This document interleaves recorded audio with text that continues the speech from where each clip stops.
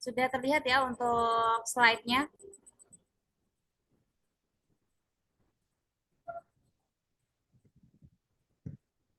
Oke, baik.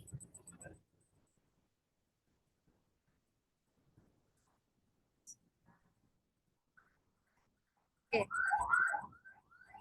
Jadi untuk pertama jadi temanya pada malam hari ini yaitu knowing yourself better, tingkatkan kualitas dirimu dengan mengenali tipe kepribadian yang akan disampaikan oleh saya sendiri yaitu Yunita Susiawati SPSI. Nah, kemudian untuk next Nah, jadi kita akan membahas 4 hal gitu ya teman-teman di sini. Semoga nanti teman-teman juga dapat insight. Kalau misalkan nanti teman-teman boleh banget ya dibuat story di Instagram, kemudian di tag Maestria dan juga saya, Instagram saya gitu ya, supaya nanti kita makin apa ya bisa saling follow mungkin atau mungkin dari teman-teman buat postingan, caption di sosial media kayak Instagram itu jadi ngebit teman-teman yang lainnya buat ternyata ada loh apa namanya organisasi atau komunitas maestria itu yang membahas, yang sharing tentang potensi diri, kemudian mengenali potensi diri, gimana cara kita untuk mengenali diri sendiri, wah sangat bermanfaat. Jadinya mereka juga ikutan follow gitu. Jadi memang jangan remehkan ya untuk membuat caption-caption yang mungkin menurut orang lain itu kayak wah apaan sih nih caption nggak jelas gitu ya. Tapi itu sebenarnya bisa membantu orang-orang lainnya untuk bertumbuh teman-teman. Nah jadi nanti yang pertama kita akan bahas mengenai apa sih diri sendiri gitu ya. Kemudian yang kedua ada menemukan potensi diri, yang ketiga yaitu passion atau action, dan yang terakhir yaitu rencanakan plan. Nah, kenapa sih sebenarnya kita penting untuk kenal sama diri sendiri gitu ya? Jadi kadang tuh kita tuh suka menjadi orang lain gitu ya. Sering ngikutin viral di sosmed, viral ini kita coba ikutin ini, ikutin ini. Sebenarnya it's okay gitu selagi itu kita tahu hal itu tuh kita mampu dan kita bisa achieve ataupun kita bisa berjalan di situ secara stabil. Tapi kalau enggak ya jangan terlalu dipaksa gitu karena kita juga akan merasa lelah dan jadi gak punya kebermaknaan dalam hidup. Jadi hidup kita ya udah ada orang A, kita A, ada orang B, kita juga ikut B gitu. Nah, dalam karir pun kayak gitu. Kadang kita ngelihat orang yang lebih sukses, kita jadi oke, sekarang saya lagi mulai untuk menjadi content writing misalkan. Terus kita melihat teman-teman kita yang sukses jadi businessman. Aduh, kita coba dia mulai untuk jadi businessman. Padahal ketika kita mau berproses dari awal ya bisa jadi kita juga jadi orang yang content writer yang sukses juga gitu. Tapi karena kita nggak mau berprosesnya tadi yang menjadikan kita justru nggak menemukan kebermaknaan dalam hidup kita gitu. Nah, kemudian gimana sih cara untuk mengenal diri sendiri? Sebenarnya kalau untuk proses kenal sama diri sendiri itu nggak hanya kayak siapa aku, apa kesukaan aku aja. Emang prosesnya sangat lama. Jadi dari kita mulai nanya apa sih kelemahan dan kelebihan diri kita, kemudian kita refleksikan dan merenungkan dalam diri kita sebenarnya dalam hidup itu apa sih yang kita cari? Apakah kita ingin cari apa namanya jati diri? Apakah kita ingin cari yang namanya pencapaian? Atau kita hanya ingin cari apa jabatan gitu ya di apa namanya disukai banyak orang, kemudian orang-orang merasa ngeliat kita tuh jadi wah gila keren banget nih orang, atau kita pengen menjadi seseorang yang benar-benar bisa bermanfaat orang lain gitu. Jadi memang kita coba untuk merefleksikan dan bertanyakan dalam diri kita sebenarnya apa sih yang benar-benar kita cari dalam hidup dan apa yang menjadi kelebihan kita itu benar-benar sulit banget. Jadi untuk saat ini teman-teman yang masih bingung, aduh aku tuh orangnya kayak gimana, coba coba mulai renungkan, refleksikan atau buat di tulis di buku gitu ya, tulis 10 kelebihan kalian, terus apa sih tujuan dalam hidup kalian kayak gitu. Nah, kemudian dengan menyebutkan kelebihan ini bukan berarti kita sombong, teman-teman. Jadi kadang kayak, ah kamu terlalu banyak ngomong kalau kamu tuh gini, tapi buktinya mana gitu. Jadi kita kadang takut kalau disuruh maju ke kelas, coba tolong sebutkan kelebihan kamu. Aduh, takut nih kalau nanti aku bilang kelebihan aku bisa nyanyi, aku dicap sombong, kalau suara aku biasa-biasa aja. Atau aku takut kalau aku ngomong kelebihan aku bisa nulis, aku dibilang sombong karena aku nggak pernah nerbitin tulisan aku di apa namanya di artikel di jurnal ataupun nerbitin di website gitu. Aku cuma nulis cerpen yang itu pun cuma dibaca teman-teman aku, itu nggak apa-apa teman-teman. Kalau kita udah insecure di awal ya kita nggak akan pernah tahu gitu kan kelebihan dalam diri kita. Jadi jangan pernah takut untuk menyebutkan kelebihan karena itu bukan berarti kita sombong juga. Nah, Jadi jangan menyebutkan kelebihan ini uh, dengan proses awalnya. Jadi kita tahu potensi dalam diri kita gitu.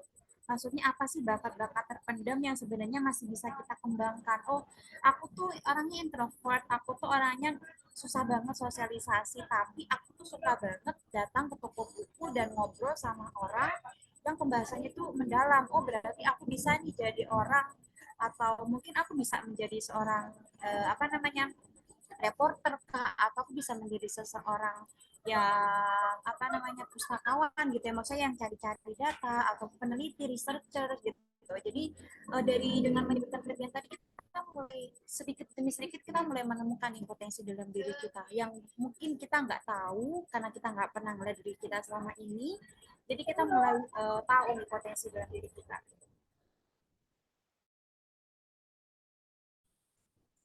Nah, kemudian kita juga jadi mulai merasa bervalue nih. Oh, ternyata aku tuh setelah ikut webinarnya Maestria, aku jadi tahu dengan menyebutkan kelebihan itu nggak apa-apa gitu. Aku jadi merasa aku tuh punya value nih.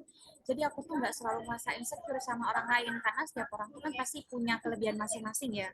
Jadi aku nggak merasa insecure karena aku juga pastinya punya kelebihan dalam diri aku yang itu tuh unik dan itu berbeda sama orang lain gitu. Dan kita juga akan mungkin untuk membandingkan itu agak susah, tapi kita sedikit demi sedikit mulai percaya sama diri kita, mulai merasakan bahwa ya udah nggak apa-apa gitu loh kalau kita ada kelemahan atau kita berbeda dengan orang lain, kita nggak bisa sama-sama mereka, nggak apa-apa. Yang penting kita udah tahu apa sih yang menjadi kelebihan, apa yang bisa menjadi sesuatu yang bisa kita kembangkan dalam diri kita. Jangan sampai kita merasa insecure, udah membandingkan diri sendiri ke orang lain, tapi kita nggak tahu nih potensi dalam diri kita tuh apa. Nah, nah ini juga ya yang tadi aku sebutin, bahwa menemukan potensi itu nggak hanya 1 hari atau 2 hari, tapi membutuhkan proses yang ya lumayan lama ya. Aku sendiri pun menemukan potensi di diri itu mungkin sejak masuk bangku perkuliahan gitu.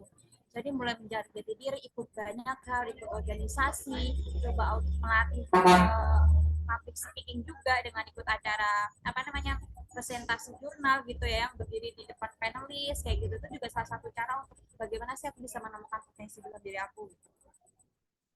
Nah, kemudian tadi kita udah panjang banget membahas mengenai potensi diri. Nah, jadi ini juga penelitian yang dilakukan oleh Siti Fatimah yang menjelaskan bahwa potensi diri ini merupakan kekuatan, energi atau kemampuan yang terpendam yang dimiliki dan belum dimanfaatkan dengan maksimal. Jadi memang seperti yang saya sampaikan tadi, bahwa potensi diri ini sesuatu yang masih bisa kita kembangkan, tapi kadang kita nggak tahu. Nah, makanya kita tadi perlu refleksi tadi ya, refleksi merenung supaya kita coba ngelihatnya tuh hanya jangan di luar terus, tapi ke dalam gitu. Karena kan kita ngeliat bahwa dunia ini besar ya, ternyata diri kita tuh juga besar sebenarnya kalau kita mau mengembangkan. Ternyata kalau misalkan kita mulai sadar dan melihat diri kita, wah ternyata dengan aku yang apa namanya, suka mengamati sesuatu itu, aku bisa membuat suatu karya yang unik, bisa membuat tulisan yang ketika nanti terbit itu benar-benar bermanfaat gitu buat orang lain gitu. Tapi kadang kita suka ngelihatnya keluar, aduh melihatnya kayak sana gitu yang udah besar, atau Alfi Syahrir gitu yang udah tulisannya tuh banyak banget. Jadi kita ngerasain insecure juga, jadi takut kalau tulisan kita nggak se-booming mereka gitu. Makanya kita coba untuk melihat di dalam diri kita, apa sih sebenarnya potensi-potensi atau kekuatan yang dalam diri kita tuh sebenarnya belum dimaksimalkan.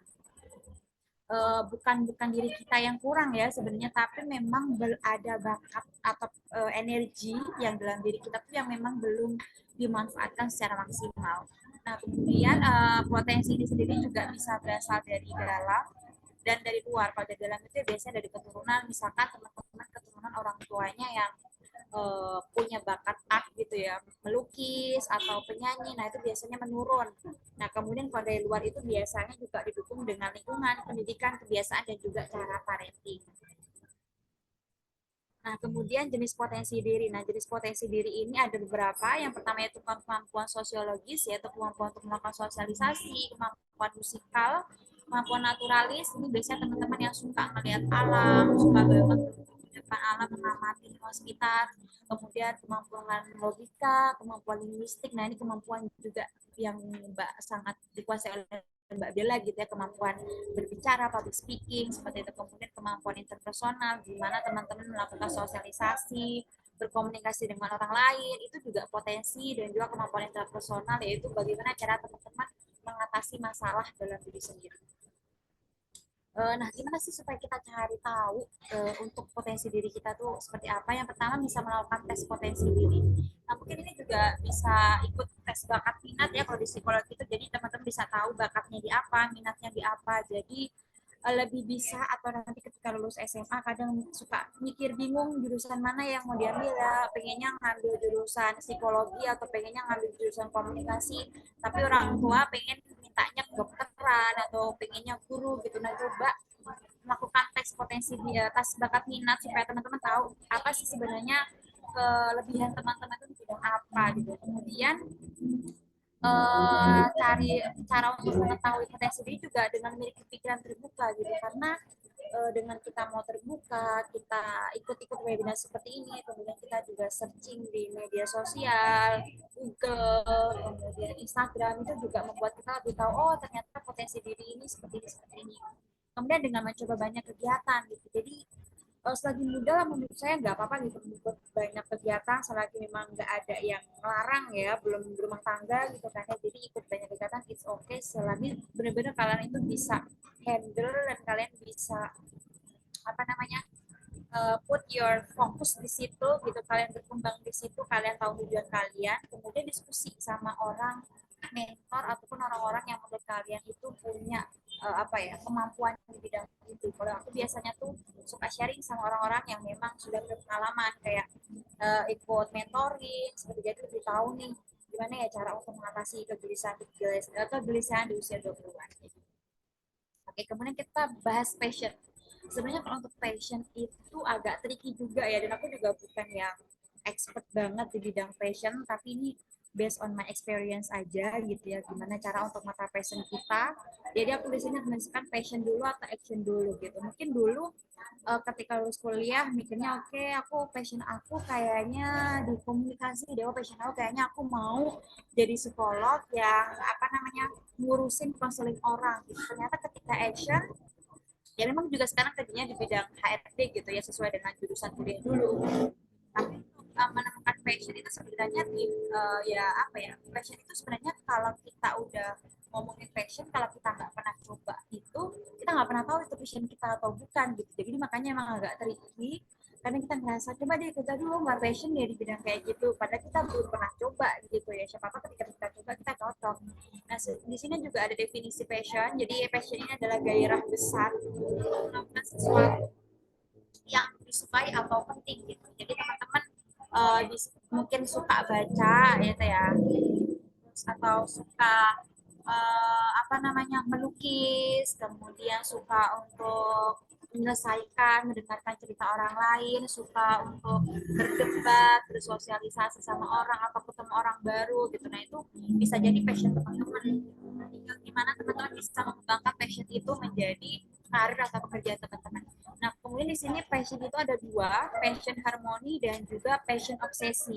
Nah, kalau passion harmoni ini adalah ketika kita melakukan sesuatu itu karena kita senang dan cinta dengan sesuatu hal-hal yang kita sukai tadi gitu, kayak misalkan artis atau yang cita-citanya dari kecil pengen jadi penyanyi, dia emang udah dari kecil berusaha gimana caranya supaya aku gede nanti aku menjadi seorang penyanyi artis terkenal. Akhirnya ketika dewasa dia achieve passion dia itu dari kecil, akhirnya dia senang ya melakukan hal itu meskipun dia capek ataupun dia tur ke seluruh dunia, ke seluruh Indonesia gitu. Nah, itu namanya passion harmoni. Jadi emang dia melakukan sesuatu itu karena emang benar-benar dia suka, dan mungkin ini juga tidak mengharapkan apa ya feedback atau income kayak berupa gaji ya.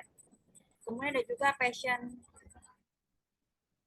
obsesi. Nah, passion obsesi ini berbeda agak lumayan berbeda ya dengan passion harmoni, karena di obsesi ini adalah ketika itu individu itu mempunyai faktor eksternal yang menjadi landasan. Jadi ada alasan dulu nih baru dia ngerasa passion di sini. Misalkan kayak menjalankan aktivitas bekerja untuk mendapatkan gaji, untuk memenuhi kebutuhan hidup. dan melanjutkan studi dan lain-lain. Mana yang dipilih?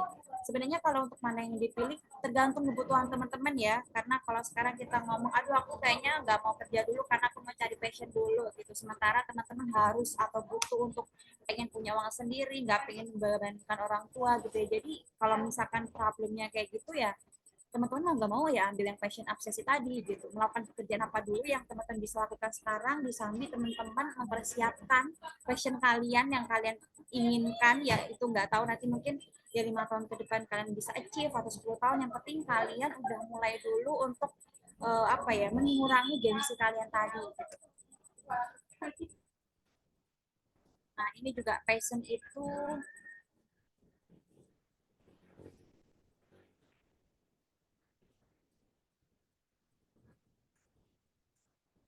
occupation itu penting, namun realitanya yang pertama gitu kadang passion juga menyibak ya itu.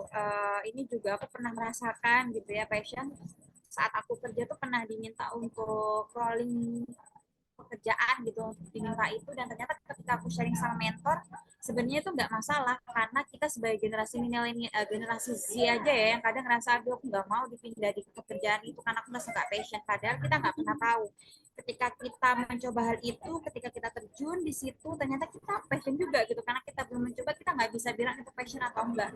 Jadi emang agak menjebak kalau kita yang belum pernah mencobanya gitu. Jadi kalau misalkan selagi itu baik, selagi itu masih bisa dikembangkan, coba dulu. Siapa tahu memang kita passion di situ gitu kan, kita nggak pernah tahu. Kemudian tidak bisa tuh bukan berarti kita nggak passion. Nah, tadi kan juga yang namanya potensi. Nah, potensi kan ketersinggungannya dengan passion ya. Kalau kita nggak bisa tuh bukan berarti kita nggak passion, karena ya memang kita belum se-expert orang lain gitu. Karena kan masuk ke dunia kerja itu dunia yang benar-benar baru. Dunia yang nggak pernah kita dapatkan di dunia perkuliahan. Di kuliah juga kita nggak dijelaskan. Di dunia kerja itu kita punya atasan, lalu kita harus cara kita untuk mengatasi atasan yang agak keras kepala atau atasan yang keras itu seperti itu kan kita nggak pernah diajarkan ya, kita akan belajar dengan sendirinya, makanya nggak bisa tuh nggak apa-apa, yang penting kita mau belajar gitu. Kemudian yang kedua, kita tuh harus fokus. Nah jadi sekarang ketika memang kita melakukan sesuatu yang mungkin bukan passion kita, coba untuk fokus dan terus kembangkan ya, apa namanya, kembangkan kita untuk mengikuti pelatihan-pelatihan mungkin yang mungkin nantinya akan mengarah untuk menuju passion yang kita inginkan gitu. Dan juga kemarin aku sempat baca di salah satu penelitian bahwasanya sebenarnya hampir 80% ya orang Indonesia itu bekerja tidak sesuai dengan jurusannya, bekerja tidak sesuai dengan passionnya gitu. Sebenarnya itu nggak apa gitu, karena apa namanya, memang kebutuhan lingkungan kerja atau dunia kerja itu setiap tahun kan selalu terupdate ya, dan kadang mungkin jurusan kita atau mungkin skill kita itu di situ aja gitu, kita nggak ikut webinar, kita nggak ikut pelatihan, jadi kita nggak bisa mengupdate gitu. Jadi ya ketika kalian udah keluar ya kalian mau mau nggak mau harus adaptasi dengan lingkungan baru gitu. Ada kok yang jurusan dari komunikasi aplikasi yang ternyata ketika lulus kuliah kerjanya di jadi desain grafis misalkan kayak gitu teman-teman. Oke, nah kemudian gimana sih jika kita tuh melakukan sesuatu ataupun bekerja tuh nggak sesuai passion kita gitu? Yang pertama, ya itu teman-teman bisa ya udah jalani aja gitu apa yang sudah kalian pilih. Jangan sampai kalian pindah atau kalian nggak sampai cocok pindah, dan itu akan membuat kalau sekarang tuh kita kan yang paling penting adalah gimana CV kita bisa terlihat bagus ya, LinkedIn kita bagus gitu ya. Jadi kita kok ini kelihatannya 1 bulan, baru 1 bulan kerja kok udah pindah-pindah nih, jangan-jangan dia bermasalah di kantornya, jangan sampai orang ngeliat kayak gitu. Jadi jalani aja dulu ya setahun atau 2 tahun sembari kalian mempersiapkan tadi, kemudian coba untuk investasi lihat ke atas, belajar terus gitu ya, ikut pelatihan, kemudian kalau memang ada apa ya melakukan lebih sertifikasi juga atau beberapa kelas-kelas edukasi yang bisa menambah kemampuan kalian gitu. Kemudian tabung untuk dana darurat juga, karena mungkin nanti kalian ketika udah nggak kerja di hal yang kalian nggak passion tadi kan tetap punya tabungan untuk memenuhi kebutuhan sehari-hari. Kemudian punya waktu untuk diri sendiri juga, jadi ketika bekerja nggak usah passion tadi tetap miliki waktu untuk me time dengan diri sendiri. Kemudian miliki mentor, jadi mentor ini yang bertujuan untuk selalu membimbing kalian. Sebenarnya mentor ini juga nggak harus yang expert banget, jadi orang yang bisa jadi apa ya, bisa ngomong-ngomong kalian ya untuk maksudnya kalian bisa nanya atau bisa konsultasi ke dia. Kemudian cari sembari dengan bekerja yang gak sesuai passion tadi, cari kesibukan yang benar-benar disukai. Nah, ini juga sebenarnya perjalanan karir ini based on my experience juga gitu ya, gimana ketika kita lulus kuliah, pastinya kita yang pertama kita akan merasa bingung, aduh habis dulu, apalagi masa-masa semester 7 setelah skripsi selesai itu kayak senang euforia sih karena kita udah sidang, tapi setelah itu kita pasti akan bingung, aduh habis ini aku kerja apa nih, aduh pasti banyak banget saingannya, aduh pasti banyak orang yang lebih keren daripada aku gitu. Jadi pasti ada fase dimana kita bingung lagi kayak di awal kita pas maba. Kemudian dari situ, dari kebingungan itu kita mulai terbuka, jadi mulai ikut webinar, pelatihan, kelas, dan sebenarnya kita banyak banget ikut itu.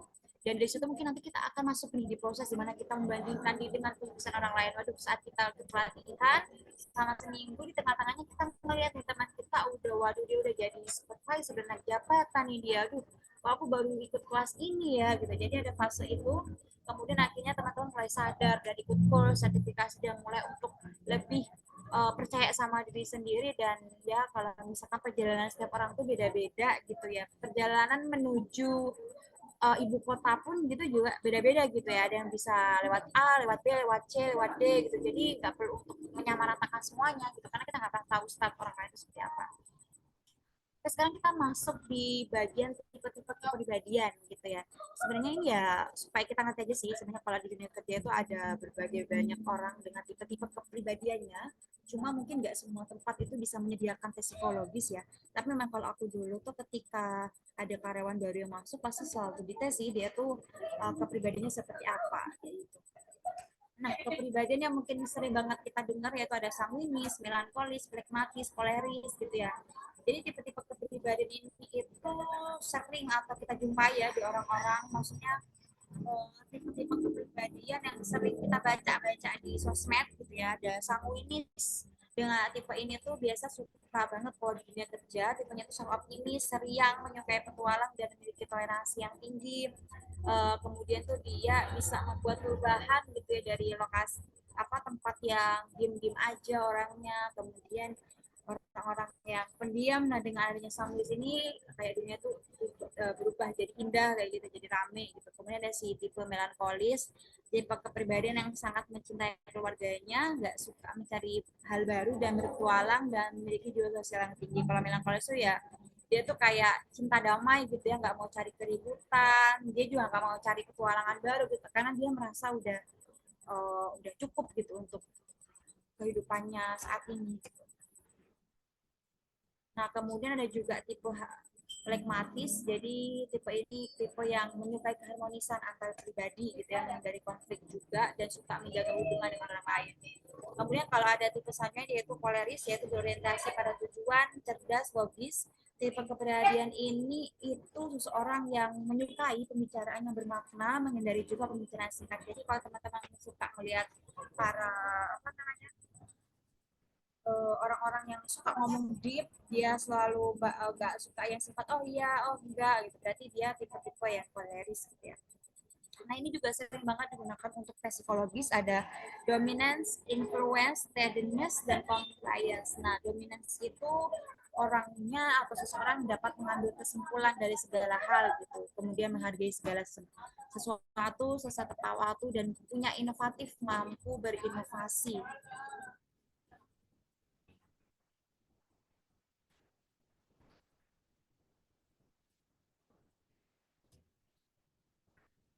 Kemudian ada influence, jadi kalau influence itu kayak influencer ya, jadi dia tuh punya antusias yang tinggi, kemudian selalu memberi semangat yang besar kepada orang-orang, motivasi orang lain untuk mencapai tujuan, memiliki humor yang positif dan baik gitu. Jadi kalau di suatu tempat kerja pasti ada tipe influence ini yang antusiasnya tinggi banget, jadi kalau ada kegiatan apa-apa dia selalu punya semangat yang besar dan suka motivasi orang lain. Kemudian ada steadiness, stabil, orang-orang yang dapat diandalkan, pekerja tim yang setia, patuh terhadap pihak manajemen atau orang-orang yang memiliki otoritas. Nah, ini lumayan dibutuhkan ya di perusahaan ya, karena dia pekerja yang bisa diandalkan tapi juga setia gitu. Kemudian ada compliance, ada orangnya patuh. Jadi ini seseorang yang sangat akurat dan analitis, memiliki tingkat ketelitian yang sangat mendalam, suka mendefinisikan sesuatu dan mengkritik gitu. Oke, nah selanjutnya setelah kita tadi udah bahas potensi, passion gitu, gimana sih caranya kita tuh supaya stabil, terarah, punya tujuan gitu. Jadi yang harus kita lakukan yaitu dengan merencanakan plan gitu. Nah, teman-teman bisa pakai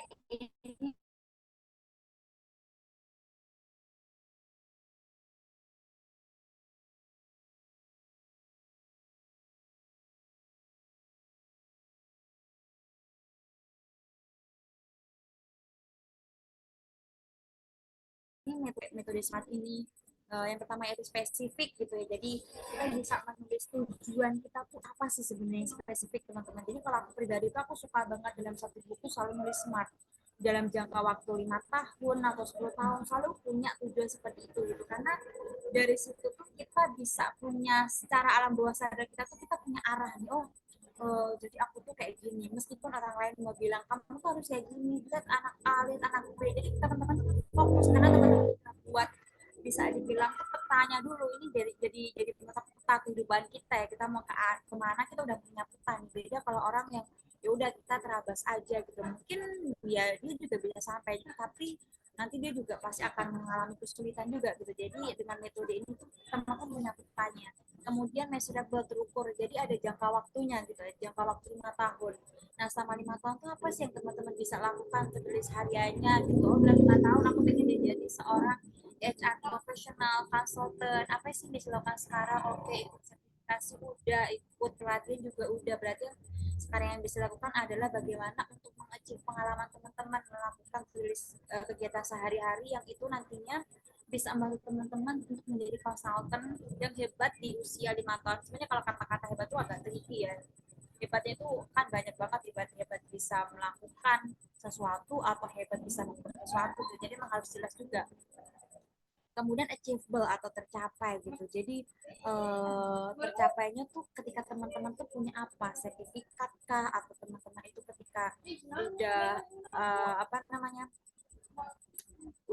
apa namanya memiliki kemampuan dalam diri sendiri kah? Nah itu teman-teman juga harus kira-kira tujuan tadi itu bisa tercapai nggak sih gitu ya. Kemudian relevan, nah ini juga sesuaikan nih dengan kondisi teman-teman sendiri. Kalau misalkan teman-teman saat ini posisinya masih belajar, kira memiliki tujuan seperti ini bisa nggak ya? Atau pengen ikut ini bisa nggak ya? Gitu. Jadi kita sesuaikan. Nah yang terakhir itu ada time bonds-nya gitu ada batasan waktunya jadi teman-teman itu harus punya time bonds jadi harus menyelesaikan tugas ini dalam berapa hari gitu kadang dikasih tugas atau misalkan dari kantor ada beberapa tugas yang harus diselesaikan nah itu harus selesai itu berapa hari 1 bulan kah atau 1 minggu kah atau 2 minggu gitu jadi tetap ada batasan waktunya jangan sampai kita nggak punya batasan kita bingung kapan selesainya jadi kita nggak bisa next ke plan selanjutnya. Oke, nah buat teman-teman nih yang mungkin mau terhubung dengan aku ya bisa nih di follow Instagram, kemudian aku juga ada LinkedIn, TikTok juga sih baru sih sebenarnya untuk TikTok. Nah kemudian juga yang pengen kontak di WhatsApp, nah ini sebenarnya juga doa aku ya teman-teman aku.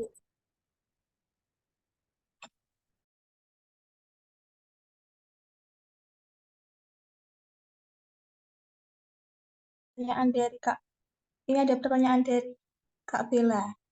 Mbak, terima kasih mau tanya, apakah kepribadian itu bisa berubah dari remaja lalu dewasa? Mungkin bisa langsung dijawab oleh Kak Yunita. Oke baik. Terima kasih banyak Mbak Bella atas pertanyaannya. Jadi untuk kepribadian sendiri ini sebenarnya eh, dari remaja ke dewasa itu bisa berubah atau enggak sebenarnya tergantung kita juga sih. Karena kan kadang kalau kita ikut MBTI gitu ya, kadang kita tipenya INFJ, INFP, tapi sebenarnya itu memang itu juga nggak akurat. Tapi kalau kita ikut tes secara psikologi sebenarnya kepribadian itu tuh apa ya kepribadian itu kan sebenarnya bisa dibentuk juga ya teman-teman ya maksudnya kepribadian itu nggak saklek kita ada sisi kayak tadi ada sisi terpendam kita yang sebenarnya kita belum kembangkan jadi kadang ketika remaja tuh kita punya kepribadian yang mungkin tertutup atau kepribadian yang melankolis misalnya ya kepribadian yang tadi itu melankolis yang tipenya suka damai harmonis ternyata ketika kita dewasa kita tuh belajar ikut ini jadi kita mulai tertantang gitu menantang diri kita sendiri ternyata ada potensi dalam diri kita yang apa namanya yang kita kembangkan lagi, dan akhirnya ketika kita tes mungkin kepribadian kita tuh kok makin apa ya, jadi sanguinis gitu. Jadi memang sebenarnya kepribadian itu bisa diubah gitu, memang bisa berubah ya, maksudnya bisa berubah tergantung kita mau mengembangkan potensi dalam diri kita atau enggak gitu. Makanya kadang orang yang berpikiran aduh aku kepribadiannya gini-gini aja, atau kepribadiannya kayaknya nggak bisa kayak dia karena kepribadian aku seperti ini. Padahal sebenarnya dia di kepribadian tadi itu bisa dibarengi dengan potensi yang bisa dia kembangkan gitu. Jadi bisa mengubah mengubah juga kepribadian dalam diri dia gitu. Nah kadang mungkin nanti ketika dewasa jadi dianya lebih terbuka, apa namanya, bisa lebih mau sosialisasi dengan orang lain yang sebelumnya dia tertutup. Karena jujur aja dulu aku pas mungkin SMP dan juga SMA tertutup banget ya, maksudnya takut untuk bersosialisasi gitu, beda dengan sekarang. Tapi pas kuliah memang aku coba untuk ikut beberapa kegiatan, kemudian akhirnya memang bisa keluar dari zona nyaman, dan ketika melakukan tes juga gitu ya, itu memang kepribadian dulu sampai sekarang itu sama sekarang tuh berbeda, dan yang nggak bisa berbeda itu adalah karakteristik kita. Itu sih kalau penjelasan dari aku, Mbak Bel.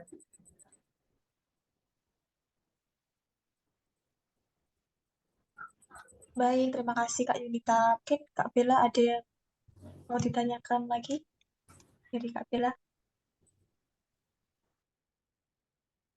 Oke, sudah cukup.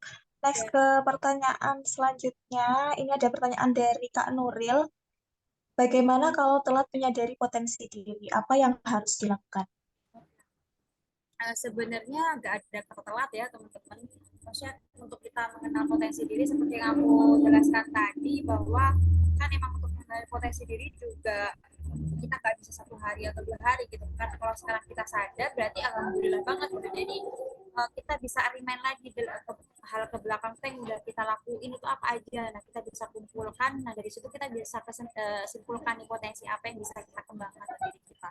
Tapi menurut aku memang gak ada kata telat, karena memang kita apa ya, mungkin kalau dari aku sendiri karena kitanya sendiri juga nggak ngerti sebenarnya apa itu potensi diri, kemudian kita nggak ngerti atau kita nggak belum dapat edukasi tentang itu gitu, jadi memang kita nggak begitu sadar tentang itu. Tapi sekarang kita udah mulai aware, kita mulai ikut kegiatan seperti ini, dan itu membuat kita mulai belajar dan mulai mengenali potensi diri kita, dan itu menurut aku nggak apa-apa banget gitu ya. Jadi lebih baik kita tahu sekarang, kemudian kita mau belajar dan berusaha untuk mengembangkan potensi diri tadi, daripada kita nggak tahu sama sekali, kita nggak belajar sama sekali, dan kita nggak ikut kegiatan kayak gini gitu. Karena kan kalau sekarang zaman kita sekarang tuh udah banyak banget edukasi ya yang bisa kita cari gitu kan. Kita mulai sadar tentang potensi diri, kita udah mulai ikut-ikut webinar, kita follow Instagram influencer. Nah itu pastinya udah memberikan insight yang luar biasa gitu. Jadi gak ada kata telat ya menurut aku, Mbak Nuril. Kapanpun itu selagi dia mau belajar, selagi dia mau berkembang, itu masih bisa dikembangkan gitu. Justru dengan kita sadar sekarang, kita bisa merimain lagi gitu banyak hal yang sudah kita lakukan di belakang itu sebenarnya apa sih, maksudnya hal yang aku lakukan ini mana yang lebih aku sukai, mana yang cenderung sesuai dengan diri aku. Nah dari hal-hal itu apa yang bisa aku refleksikan, apa yang bisa aku evaluasi, yang bisa aku kembangkan lagi gitu. Jadi kita udah punya apa ya, bisa dibilang penyimpanan, apa namanya, penyimpanan dalam diri kita, akhirnya kita langsung bisa menyimpulkan gitu ya. Kita cari mentor kita belajar dari dia, dari kita mulai terbuka, dan kita udah oh ternyata selama ini aku kayak gini kok gitu. Jadi kayak gitu sih kalau dari penjelasan aku, karena emang gak ada kata terlambat ya untuk kita mau belajar apapun itu, seperti itu.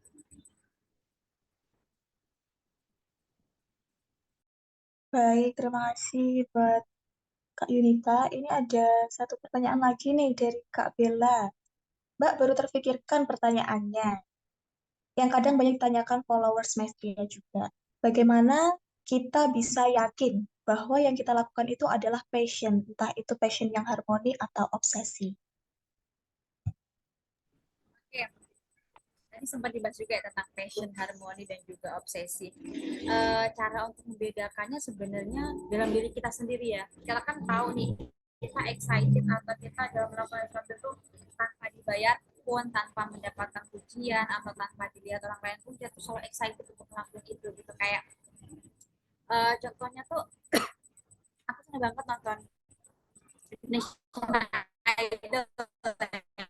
Indonesian Idol tahun ini tuh kan juaranya Salma, ikut apa namanya, dia ikut audisi kemudian kalah gitu, dan melakukan itu termasuk passion harmoni gitu, karena dia memang apa namanya, dia suka banget nyanyi, dia passion banget di situ, meskipun dia kekalahan tadi, dia dapet cacian dari orang lain, dia dibayar murah pun dia tetap mau melakukan itu, karena emang gak ada alasan untuk gak nyanyi, karena memang diri dia tuh bisa nyanyi gitu. Jadi ketika untuk mengetahui passion harmonika itu atau passion obsesi itu adalah diri kita, dimana kita merasa bergairah banget dalam melakukan itu tanpa punya alasan. Sebenarnya ada alasan sih ya, kita pasti punya tujuan untuk sukses gitu, tapi kita nggak memikirkan oh nantinya kalau aku ngelakuin ini aku bakal gak sukses, aku bakal bisa, dia tuh nggak peduli dengan itu gitu. Jadi yang penting dia fokus di situ, strong di situ, dia juga bisa di situ, dia kembangkan bakat dia di situ, tanpa dia apa ya, maksudnya dengan apapun segala kegagalan yang dia alami, pastinya dia tuh suka, tetap suka gitu, tetap bergairah melakukan hal itu gitu. Jadi nggak ngerasa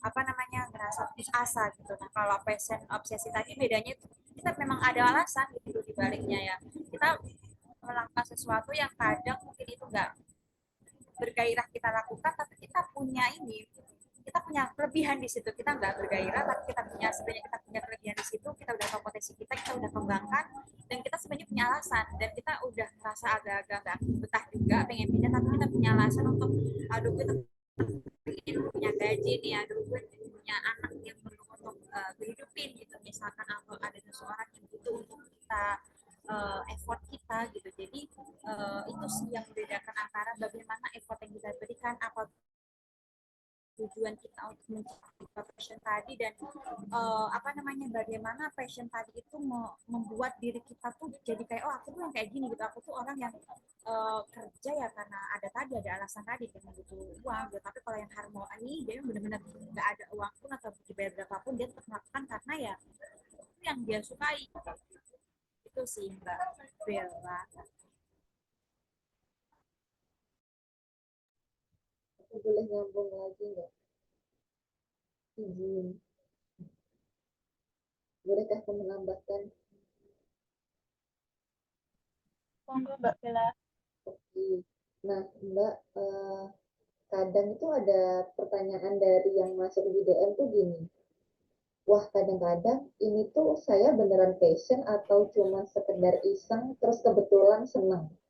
Atau kayak ya udah karena ini job desk saya, tapi saya juga nggak keberatan akhirnya melakukan itu. Nah, kan kadang ada ya orang yang di posisi seperti itu. Nah, gimana kemudian seseorang itu bisa kayak yakin dalam tanda kutip, oh ternyata aku itu walaupun awalnya nggak dikasih job desk ini, tapi kemudian dikasih job desk ini, itu kemudian akhirnya jadi passion nih. Nah, itu proses kayak gitu tuh kira-kira kalau di mungkin ada penelitian atau mungkin ada risetnya di dunia psikologi, sampai berapa lama sih sampai kemudian orang itu yakin bahwa oh iya ya ini emang passionku, meskipun awalnya itu bermula dari obsesi atau memang sejak awal itu adalah harmoni karena kesukaan. Karena kan katanya ada tuh momen dimana passion tuh bisa berubah katanya Mbak. Tapi nggak tahu itu beneran atau cuma karena orang lagi bosan aja makanya bilang passion tuh bisa berubah. Tapi secara sisi keilmuan psikologi kayak gimana sih Mbak Yunita? Terima kasih, maaf panjang ya.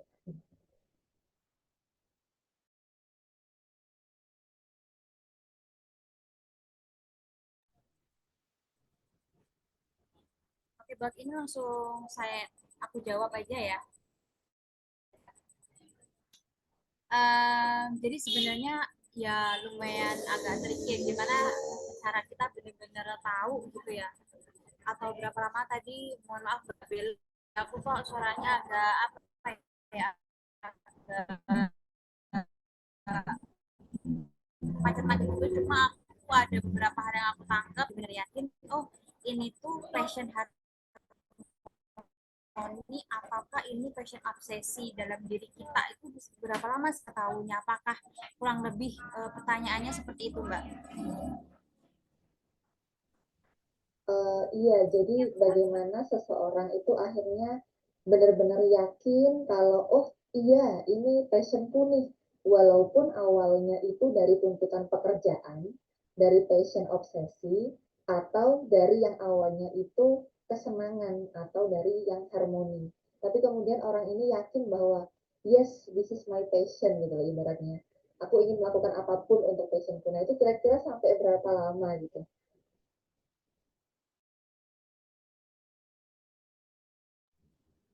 Oke, baik, Bila. Jadi untuk kita benar-benar yakin apakah ini hal atau sesuatu passion ini tuh benar-benar passion yang harmoni atau obsesi itu sebenarnya untuk waktunya kita nggak bisa untuk menentukan oh kalau misalkan passion harmoni itu berarti nanti apa namanya aku tuh selama 5 tahun misalkan jalan di hal ini baru aku tahu kalau ini ternyata passion harmoni atau passion obsesi. Eh, tapi lebih ke bagaimana kita yang melakukannya gitu. Jadi ketika kita yakinnya tuh ketika kita melakukan sesuatu dan biasanya sih kalau dilihat dari passion ini bisa dilihat dari ininya ya, maksudnya dari bagaimana dia prosesnya tuh dari kecil. Biasanya sih kalau passion of harmoni itu ya maksudnya seseorang yang memang dari awal banget dia dicekokin atau dia fokus sama bidang itu dari awal dan dia memang benar-benar suka banget di situ. Nah, kita memang prosesnya biasanya kalau yang harmoni itu dia sangat lama ya karena dia mulai tahu untuk itu dalam diri dia tuh kan dia perlu untuk ikut ini ya kelas juga, dia mengembangkan bakat dia juga, dia ikut pelatihan atau misalkan nanti apa namanya dia kalau misalkan kayak kelas musik yang tadi aku contohin dia juga ikut kelas musik gitu, jadi dia nggak tahu oh ternyata aku benar-benar suka di sini gitu. Kadang kala kita sadarnya itu emang memang dari kecil gitu, misalnya diarahkan orang tua, kemudian kita diperlihatkan dengan biasanya yang membantu kita untuk memberi passion harmoni tadi gitu. Biasanya anak yang terlahir dari orang tua yang uh, suka baca gitu ya, dari kecil dia suka banget baca, pada akhirnya dia jadi penulis gitu ya, jadi baca dia suka nulis akhirnya karena dia ngeliat orang tuanya gitu. Nah itu bisa menjadi ciri atau indikasi bahwa passion itu passion harmoni yang memang dia sudah tahu dari kecil, dia diperlihatkan oleh orang-orang sekitarnya dengan passion itu, akhirnya dia mulai sadar bahwa itu pun dia suka di situ dan dia mulai fokus di situ gitu karena memang dari kecilnya dia, dari kesehariannya dia tuh diperlihatkan dengan hal itu. Nah, kemudian kalau yang passion obsesi ini bisa kita temukan mungkin ketika lulus kuliah atau nanti kita kerja ataupun nanti ketika kita gabung komunitas, gabung sosialisasi itu, dan mungkin memang tidak kita dapatkan ketika kita kecil karena kita nggak dapat edukasi itu, karena kita nggak dapat insight itu dari orang lain gitu. Kita dapatnya baru ketika kita mulai cari-cari tahu sendiri, kita mulai explore diri kita sendiri, kita mulai sadar bahwa kita butuh untuk berkembang kayak gitu. Jadi lebih proses gimana kita memang sadarnya dari kita kecil tadi kita melihat lingkungan kita itu tuh sejak awal kecil kita, sejak kecil, ataukah kita ketika kita mulai sadar kita butuh bahwa diri kita butuh berkembang sih mbak. Jadi kalau aku jadi lebih lebih untuk yang membedakan kita benar-benar yakin itu adalah bagaimana passion itu kita ketemukan ketika kita sudah dewasa kah, atau memang kita dari kita kecil pun kita udah tahu bahwa kita tuh bisa di situ dan tiap hari kita tuh dicekoki dengan hal seperti itu. Kayak gitu sih Mbak Bel. Mungkin apakah bisa menjawab pertanyaannya Mbak Bella? Oke, Miss. Terima kasih. Kayak agak sedikit tercerahkan. Jadi sebenarnya kalau nggak ada patokan waktu ya, artinya tergantung sama kita yang melakukan itu ya. Entah diawali dari kesenangan atau dari tuntutan pekerjaan yang obsesi tadi. Makasih. Iya Mbak, benar banget Mbak Bel. Oke, cukup panjang ya untuk jawaban dari pertanyaannya Mbak Bella. Mungkin teman-teman yang lain nih, ada yang mau bertanya? Mungkin Kak Vita, Kak Ita, ada yang ingin bertanya?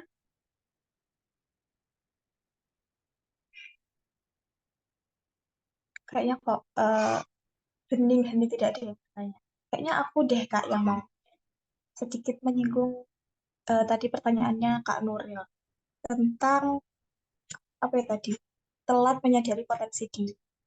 Gimana kalau misal nih udah kuliah, terus baru sadar, ternyata jurusanku itu nggak sesuai sama potensiku. Apakah aku harus lanjut dengan jurusan itu, ataukah aku harus eh, memilih jurusan yang lain? Pripun, Mbak? Jadi, oh berarti pengen pengen apa namanya mau pilih jurusan gitu ya Mbak Fitria ya? Oke. Tadi boleh diulang nggak Mbak yang di awal-awal tadi soalnya agak lumayan ini kurang jelas tadi Mbak. Ya, jadi gini, tadi kan waktu pemaparannya Kak Yunita itu bilang kalau kita sebelum mau kuliah melakukan tes potensi diri dulu sebelum mau memilih jurusan atau bagaimana.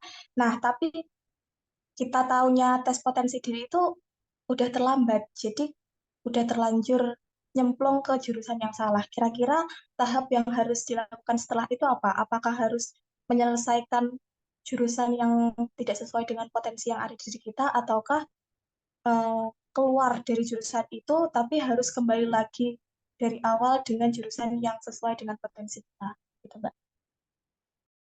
Oke, oke, baik. Oke, jadi bisa dipahami sebenarnya banyak banget oleh mahasiswa-mahasiswa yang mungkin biasa tahunnya tuh di semester 3 atau semester 4 gitu ya biasanya. Dan dulu juga aku sempat merasakan seperti itu.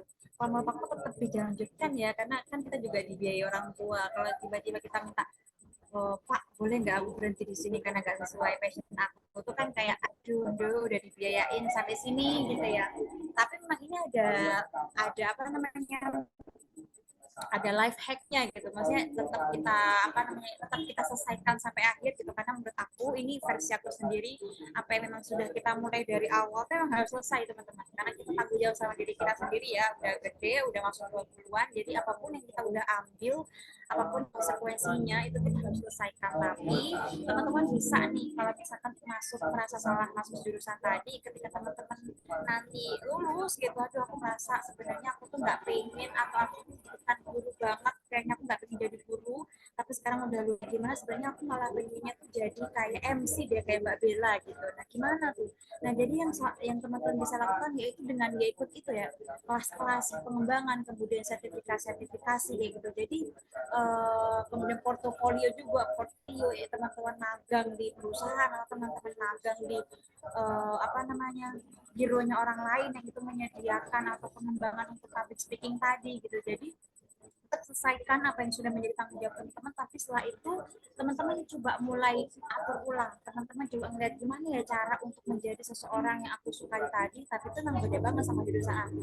Teman-teman mulai searching gimana cara jadi seseorang profesi tersebut, kemudian teman-teman mulai untuk belajar, banyakin portofolio juga, magang, ikutin magang, kemudian ikut organisasi lain yang itu bisa mengembangkan skill teman-teman, kemudian ketika ada project gitu entah itu dibayar atau enggak ikut aja, karena pastinya dengan project-project tadi itu bisa menambah apa ya jam terbang teman-teman, bisa jadi expert jadi bisa berkembang juga dari situ.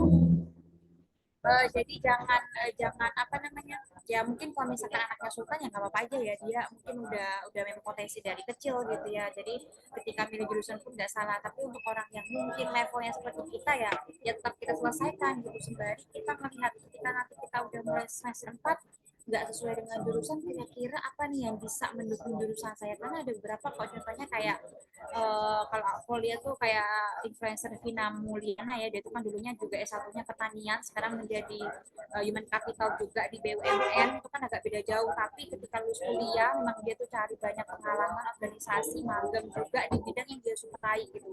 Di bidang capital dia belajar, dia sertifikasi, dia mencoba untuk mengembangkan skill dia di bidang yang memang dia minati di pekerjaannya tadi.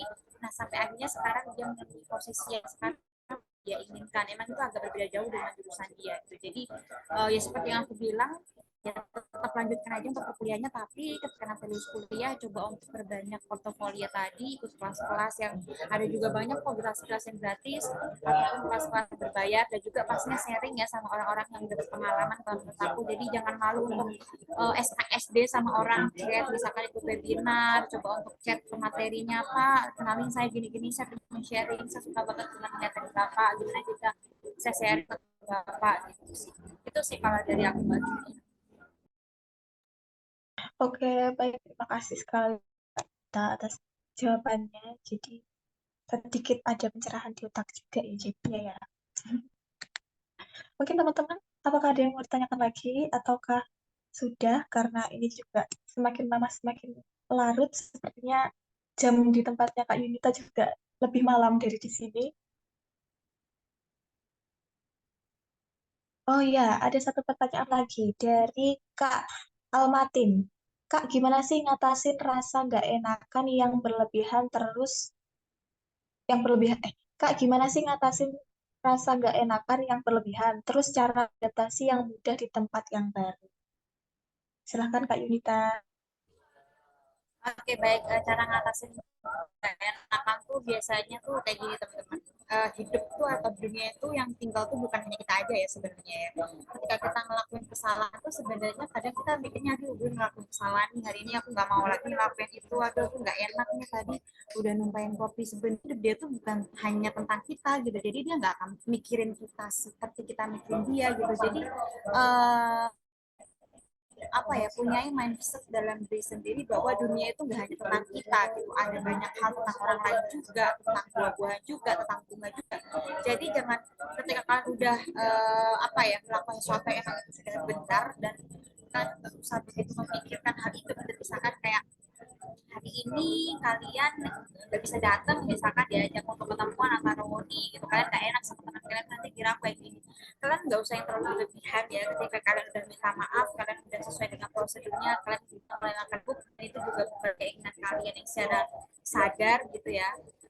Itu ya nggak apa-apa gitu. Jadi memang pokoknya punya mindset bahwa semua di dunia itu nggak hanya tentang kita gitu, banyak hal yang sebenarnya orang lain itu juga pikirkan gitu. Jadi kita tuh jangan merasa kita tuh princess yang selalu dipikirin ya. Jadi ya kita tuh juga akan dilupain sama orang lain. Jadi hilangin aja rasa keenakan selagi kita udah minta maaf, dia juga udah minta maaf, kok nanti juga dia nggak suka sama kita atau dia marah, itu bukan tanggung jawab kita, itu adalah perasaan mereka gitu, itu adalah emosi mereka. Kita nggak bisa dong nyuruh emosi orang lain untuk A, B, C, dan D, sementara itu bukan diri kita tapi diri dia gitu. Jadi yang bisa kita tanggung jawab adalah perasaan kita. Mau gak enakan terus ya capek juga kita bilang dia nggak enak nggak enak nggak enak gitu.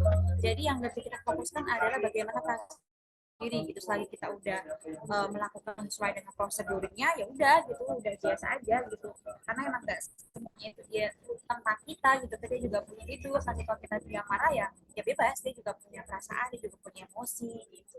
Jadi kalau misalkan dia udah selesai marahnya ya dia mau kembali ke kita ya alhamdulillah gitu ya. Kemudian adaptasi, sebenarnya untuk adaptasi itu gimana cara untuk adaptasi di tempat yang baru adalah kita mau terbuka aja sih. Misalkan di setiap tempat itu beda-beda ya, di daerah Jawa pun berbeda, di Jakarta pun berbeda, di tempat sekarang pun berbeda. Yang penting kita mau terbuka, kita mau menyesuaikan dengan lingkungan yang ada di sekitar kita. Yang pertama jadi kita harus menyesuaikan dulu dengan ya, kita kenal dulu lingkungan orang-orangnya kayak gimana ya kayak gitu.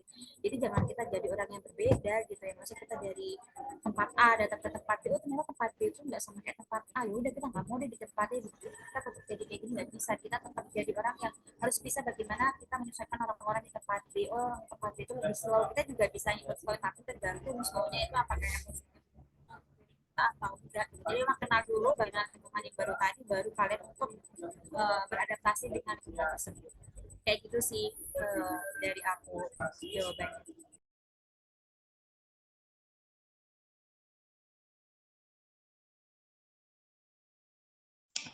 Baik, terima kasih Kak Yunita. Kak Almatin, apakah sudah terjawab atau ada yang pertanyaan yang masih menjadi unek-unek?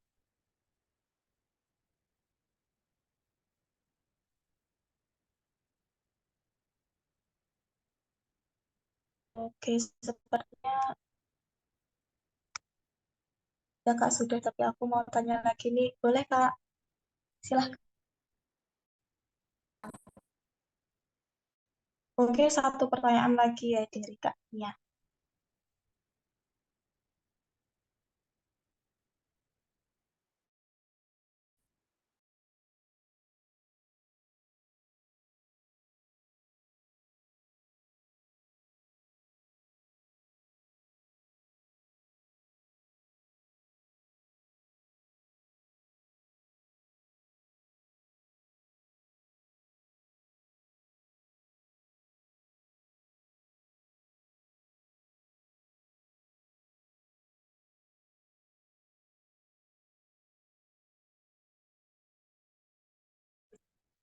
Oke, ini dia pertanyaannya. Kak, kadang-kadang perasaan suka nggak enak tapi nggak tahu sebabnya apa. Itu apa udah masuk kategori gangguan kejiwaan? Wah, silahkan Kak Yunita bisa.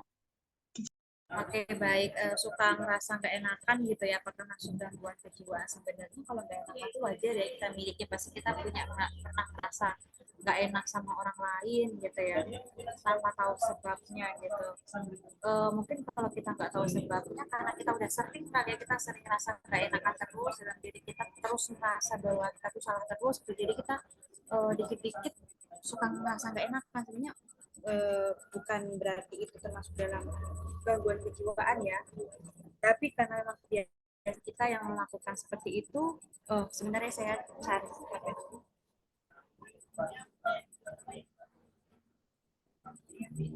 karena kita udah terbiasa dengan hal itu, jadi kita suka merasa seperti itu gitu. Jadi kalau misalkan dia masuk, kalau menurut saya memang masih belum kategori yang kejiwaan ya, karena kejiwaan itu udah pasti udah melalui tahap-tahap di psikologis, video konsultasi sama psikolog, baru kita bisa mendiagnosa bahwa kita kasarnya kita miliki itu gangguan kejiwaan. Tapi kalau misalkan yang masih wajar, kita nggak tahu ya karena kita biasa kayak gitu, dan sebelumnya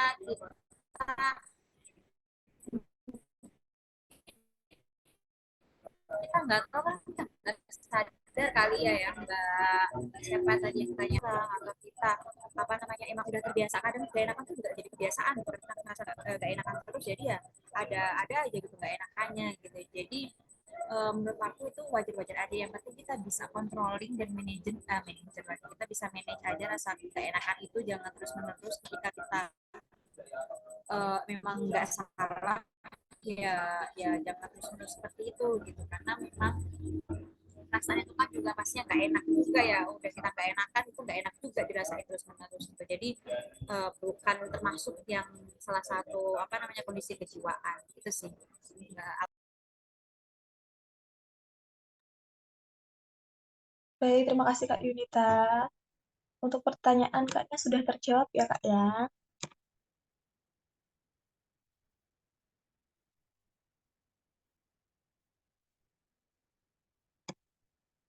Oke, karena waktu sudah semakin malam, mungkin eh, oke, terima kasih Kak. Oke, sebelum semakin malam, mungkin sampai sini saja dulu sesi berkelas 7.0 kita ya, pembahasannya. Mungkin akan kita bahas lagi lebih lanjut dengan Kak Yunita, mungkin nanti di sesi berkelas selanjutnya dan selanjutnya lagi ya Kak Yunita ya. Terima kasih kepada Angsta, Kak Yunita berkenan untuk memaparkan materi pada malam hari ini. Terima kasih juga kepada seluruh partisipan dan teman-teman internship Maestria yang malam ini sudah bergabung. Harapannya semoga setelah adanya kelas ini kita lebih bisa mengenal diri sendiri ya, lebih mengenal diri sendiri, potensi diri sendiri, passionnya apa, harus action seperti apa, dan memiliki dampak yang baik buat sekitar kita. Mungkin itu saja dari saya. Saya dari selaku host pada sesi berkelas 7.0 pada malam hari ini, pamit undur diri. Burung dara, burung citrawasih, cukup sekian dan terima kasih. Sampai berjumpa di acara selanjutnya. Oh ya teman-teman, ini izin untuk anu ya, kita open cam untuk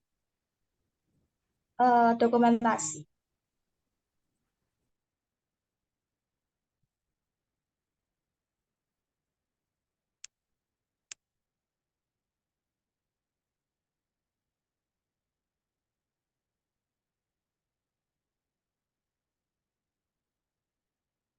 Kak Vita, Kak Rizka,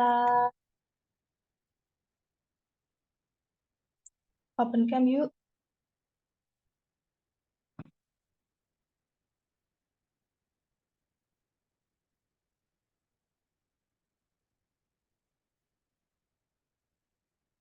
Mungkin ada yang bisa bantu buat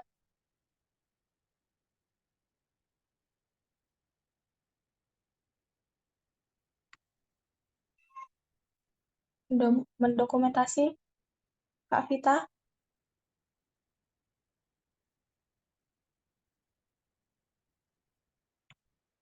Apakah sudah ready?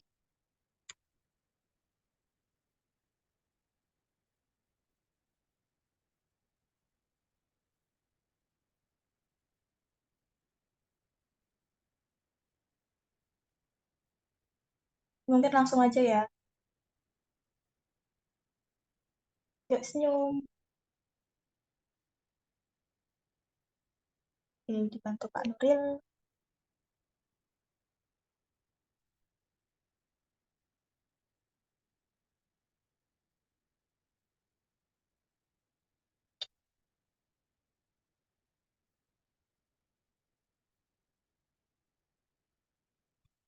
Oke, sebentar ya teman-teman, masih menunggu Pak Nuril.